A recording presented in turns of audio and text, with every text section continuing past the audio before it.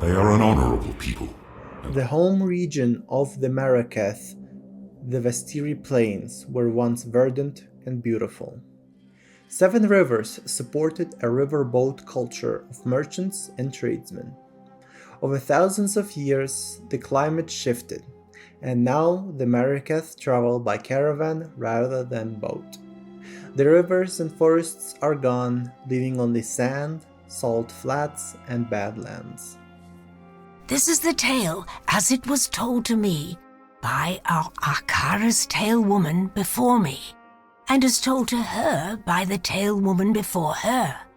These words have remained unchanged since the beginning. Many thousands of years ago, we were a simple people, hunters, roamers. We moved valley to valley in search of meat and berries. There was none of the discipline we know today.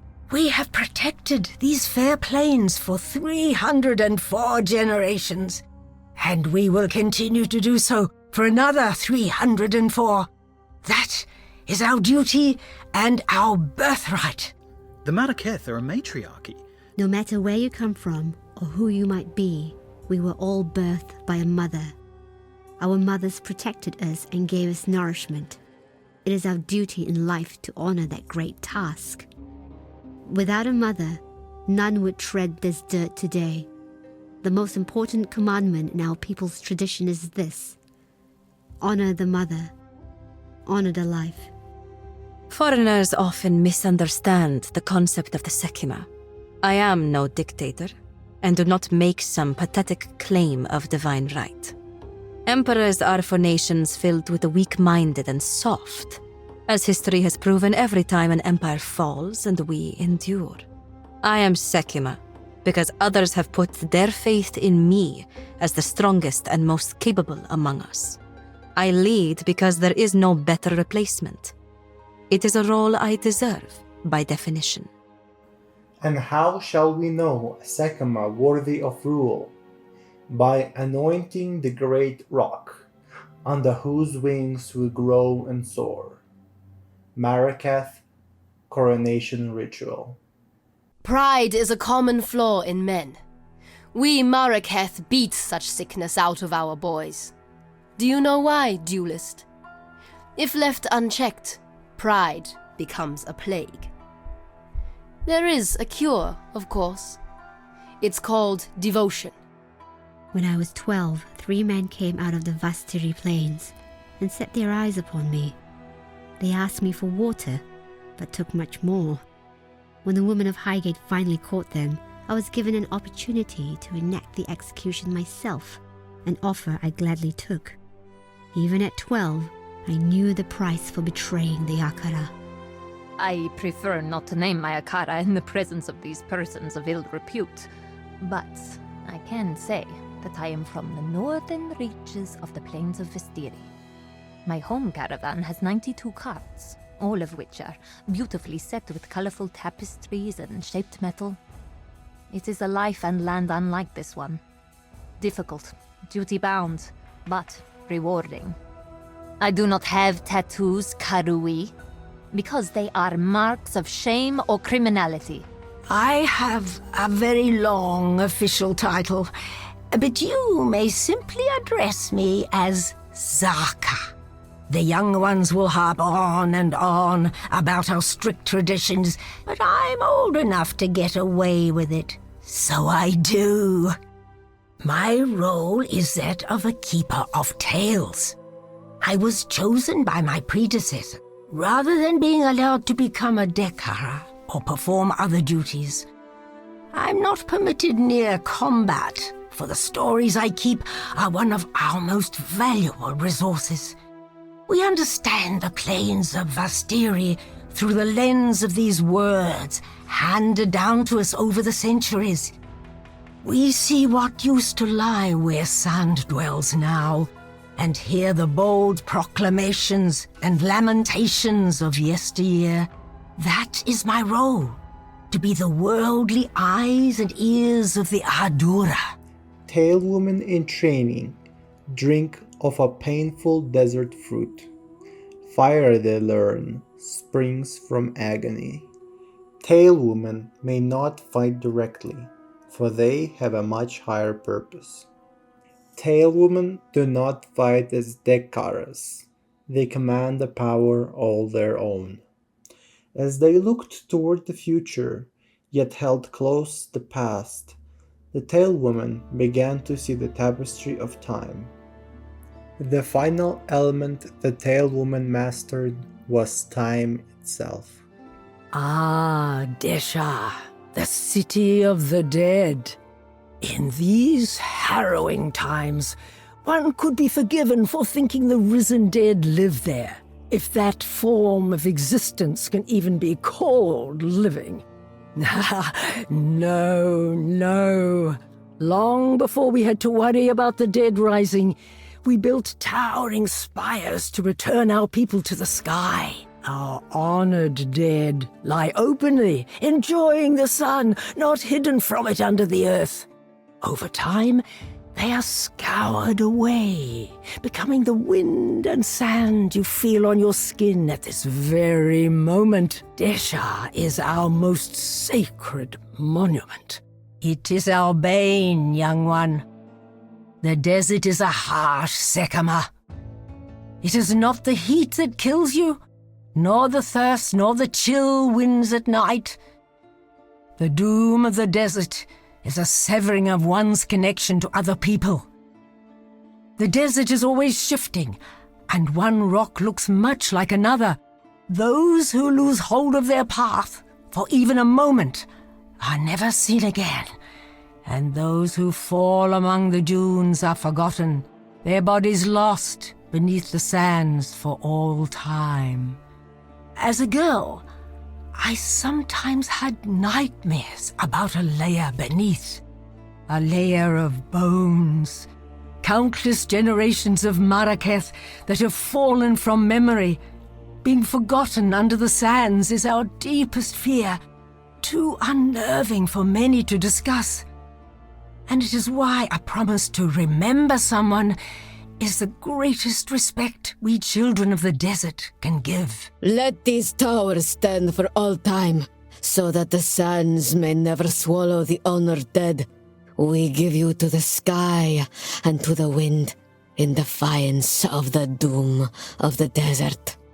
Most do wait for their bodies to fail, but I would prefer to meet death on my feet.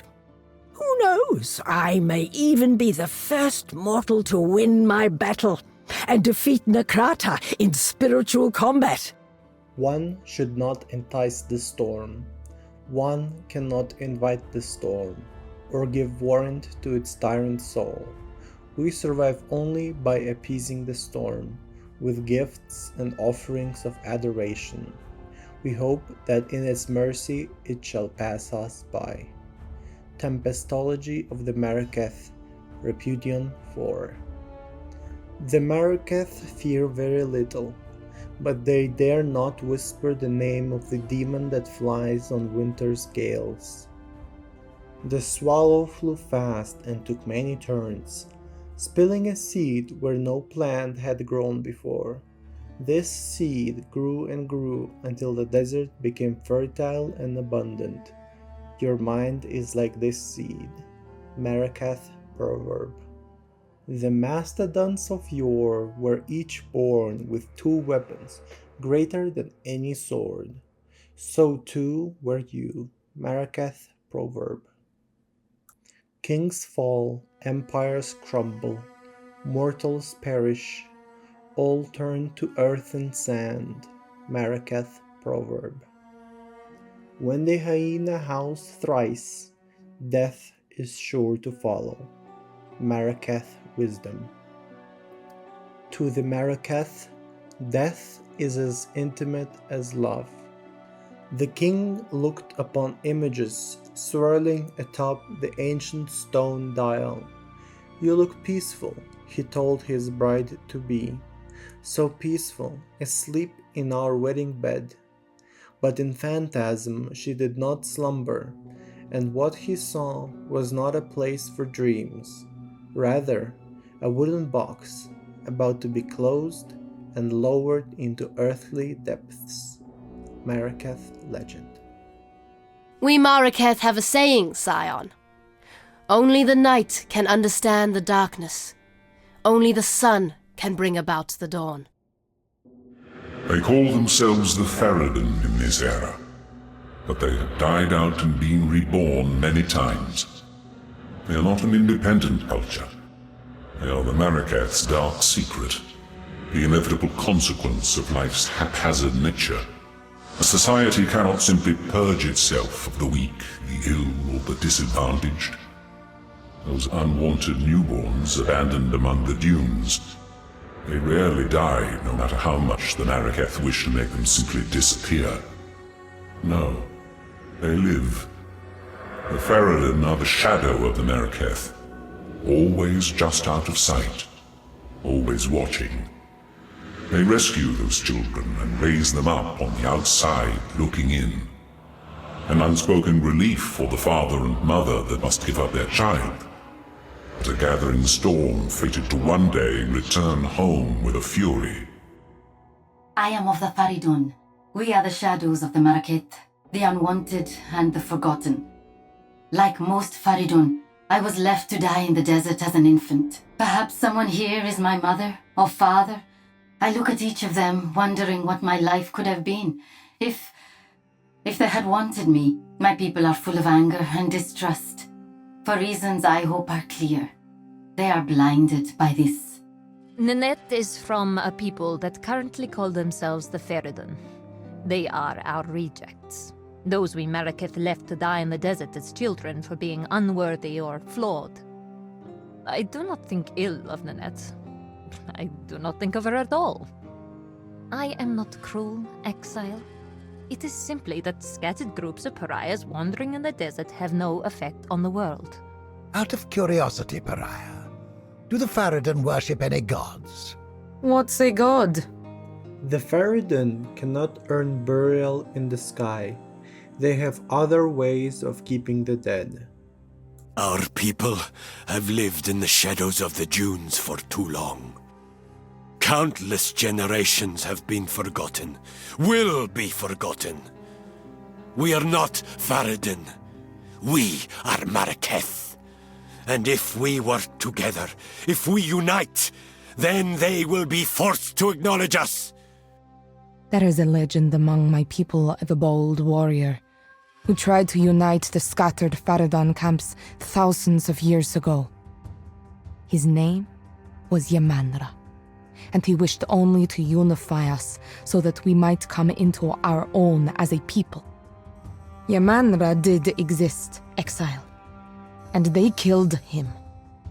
The Sekames agreed to meet with him to discuss recognizing the Faridun nation, but it was a trick. They poisoned him. The supposedly honorable, high and mighty Maraketh poisoned our greatest leader. I tried to seek peace, and the Sekamas disgraced me. Left my corpse to rot in the sand. Nasima, yes, Nasima. A great warrior, though with a complicated legacy. Born with eyes the color of blood, she was left to die among the dunes for being blind. But the Faridun found her and raised her. A Balbalik, one might think, but no, she became an impressive warrior in her own right. And when called upon to raid her people, she recognized her mother's voice and turned and slaughtered her Faridun captors. A true role model from the ancient days and a wonderful sleep tale for the children. Have you ever heard much of the Maraketh legends? A truly unique cosmology of strange creatures, pagan gods, and powerful treasures. There was a goddess of water lying at the heart of Keth. I wonder what her role in the past involved. It is my sacred duty to keep our tales, but I know nothing of this goddess. How could we Maraketh have forgotten something so important? The relief depicts some sort of forgotten Maraketh goddess. I have no idea what the context is. She reminds me of a rambunctious young woman I once knew in Keth. who eventually rose to power, attained divinity, and led her people to greatness. Since we do not have 45 spare hours, I suppose I could tell you a small piece of one of Sekhima's Orbala's adventures. Her second adventure took place 3 moons before her dance with the scorpion. She was not a Sekhima at that time, not even a Dekara. Word had not spread of her first adventure yet, either, for only her sister knew of the bandit chase for Solarized Spear that ended with Stridevolf in flames, so at that time she was still unknown. For that reason, she initially said nothing when a visiting Vaal dignitary insulted her mother. He was a devotee of Arakali and wished to indulge in unmentionable activities. When Orbala's mother rejected him, he spoke vile words, then departed. Orbala could not let this stand.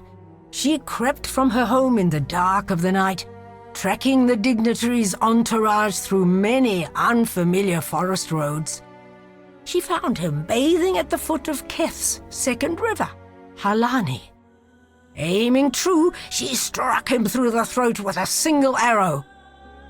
It was then that his entourage appeared and explained that he had merely been a Maraketh spy playing a role, and that his insult had been intended to spread his reputation ahead of his passage. Orbala was given a choice: to face the justice of the plains for her slaying of this important agent, or to don his clothes and fulfill his mission, masquerading as a Vaal dignitary in his place, so that the Sekhimas might assess threats on the border between the two peoples. She succeeded in her ruse through many dangerous and humorous situations, although this adventure also ended with Lyraval in flames. It was said that the Horn of the Vastiri could control the winds. Ah, the Horn. How to condense a 7-day tale.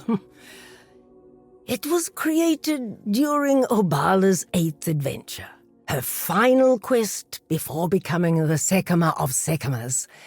She wrested control of the 3 elements.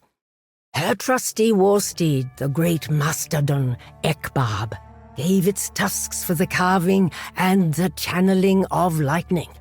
The essence of water was a secret held at the heart of Keth, and primordial fire must be earned from those that originally brought it to Rayclast. The necromancer of Weeping Black, Saresh, once waged war upon the Maraketh out of the nascent desert regions of that era. He commanded not only armies of the dead, but vast roiling storms as well. Hearing of this threat, Orbala set forth on a quest to master the elements, and in 3 places of power, she proved herself to the winds. Her reward came to be known as the Horn of the Vastiri. When she drew in a mighty breath and sounded the horn, it was so powerful. Every tent across the entire plains blew open. You can imagine what it did to the necromancer's sandstorms. Seizing their moment, the united Akaras stormed forth to savage the undead armies of Saresh. For this victory, Orbala was made the Sekhima of Sekhimas, and after ruling with strength and cunning for many years, later became our Queen of the Wind, greatest goddess of the Maraketh. Her divine name was Garukan, which means ultimate sovereign. Hate? You speak to me of hate? You have no idea what your persecution inflicts, how it chokes the heart, withers the soul. Judge me, and you judge yourself.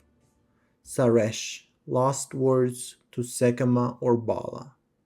It's an ancient sword belonging to the Maraketh goddess Garukan. The Stormblade, some call it. A weapon carved from crystal, capable of capturing even the most powerful of storms within its rigid edge. The goddess lost it somewhere in the eastern desert during her ancient battle against the necromancer Suresh and his undead horde.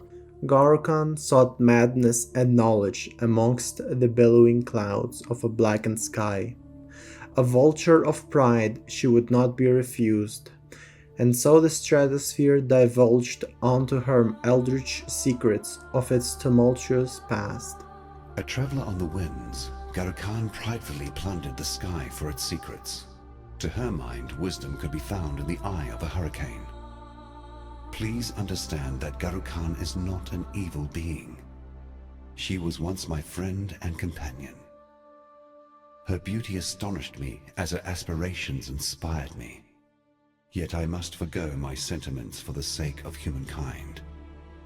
Like winds erode the sandstone, Garukan has been warped by the same powers she enslaved. I would offer prayers up to the goddess of the breeze as a child, and listen to her voice sing and whisper as she danced through my family's wind chimes. She was my favorite. But in light of recent time, I can only believe that some immortal madness has laid waste to her mind. Garukan was complicated, but she was also stubborn, and never would have thought to change her ways. She was vain beyond comparison. It was her ambition that corrupted her, despite all my warning words. I weep for my poor Garukan. Together we experienced the loftiest moments that this world could offer. Alas, it was my heavy heart that she could no longer bear. I knew her pride would one day be the storm that would ravage my precious humanity. In truth, it was for Garukan that I sowed the dark ember within the depths of Highgate. When love cannot be slain, it must be laid down to sleep. It is not something I deign to speak of often, but this goddess, this creature, she was once the flesh of my flesh, blood of my blood. I rose into the clouds and fell into the arms of their queen, the beautiful Garukan. Now, if you think that mortal marriages are difficult to navigate, try an immortal one. We parted ways, yet not before my young Queen of the Sands was born into this world of filth and horror. A mother's keen heart shall bleed into the dreams of her daughter. Once a beauty who held captive the hearts of men and women alike, Shikari's splendor decayed into lust, for the power possessed by her skyborn mother. My daughter once sought out such power within the great sands of this desert. Ever determined, she found it, and it made of her the twisted creature you so mercifully dispatched. Driven by agony and shame, she built an army out here in these sweltering lands, and would have conquered the very sky had not the beast soothed her into peaceful oblivion, a babe once more sleeping in her cradle.